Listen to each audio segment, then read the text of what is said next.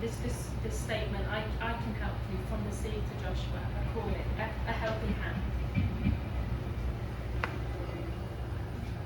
And that it's a very serious offer of help. It's not like, it doesn't have any sense of doubt in it. It's something really certain.